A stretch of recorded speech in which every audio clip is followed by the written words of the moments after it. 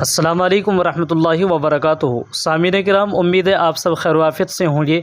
عام طور پر ہمارے گھروں پر، ہماری مسجدوں میں ایسی جائے نماز ہوتی ہے جس پر خانہ کعبہ کا نقش ہوتا ہے یا پھر مسجد نبوی کا نقش ہوتا ہے۔ تو کیا ایسی جائے نماز پر ہم نماز ادا کر سکتے ہیں یا نہیں؟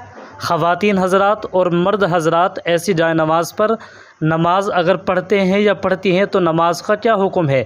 دوسری بات، ایسی جائے نماز پر لاپرواہی، غفلت کی وجہ سے کبھی کبھی ایسا ہو جاتا ہے کہ اس پر پیر رکھا جاتا ہے، اور کبھی کبھی لاپرواہی اور غفلت کی وجہ سے ہم بیٹھ بھی جاتے ہیں اس کے اوپر، تو اس کا کیا حکم ہے؟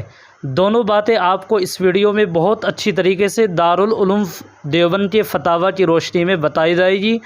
آپ حضرات ویڈیو کو آخر تک دیکھیے گا، بہت اہم مسئلہ ہے، اور چینل کو سبسکرائب بھی ضرور کیجیے۔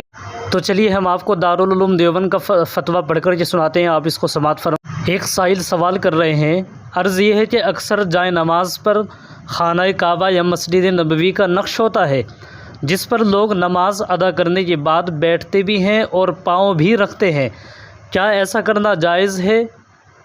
اس کا جواب دارالعلوم دیوبند نے دیا ہے۔ بسم اللہ الرحمن الرحیم۔ خانہ کعبہ یا مسجد نبوی والے نقش پر بیٹھنا اور پاؤں رکھنا مناسب نہیں، مصلی سادہ ہونا چاہیے۔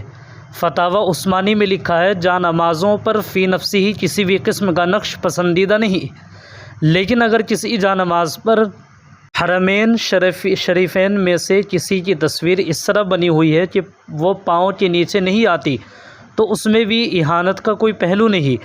البتہ موضع سجود میں بیت اللہ کے سوا کسی اور چیز کی تصویر، بالخصوص روضہ اقدس کی شبیہ میں، چونکہ ایہام خلاف مقصود کا ہو سکتا ہے، اس لیے اس سے احتراز مناسب معلوم ہوتا ہے۔ واللہ تعالی عالم۔ دارالافتاء، دارالعلوم دیوبند۔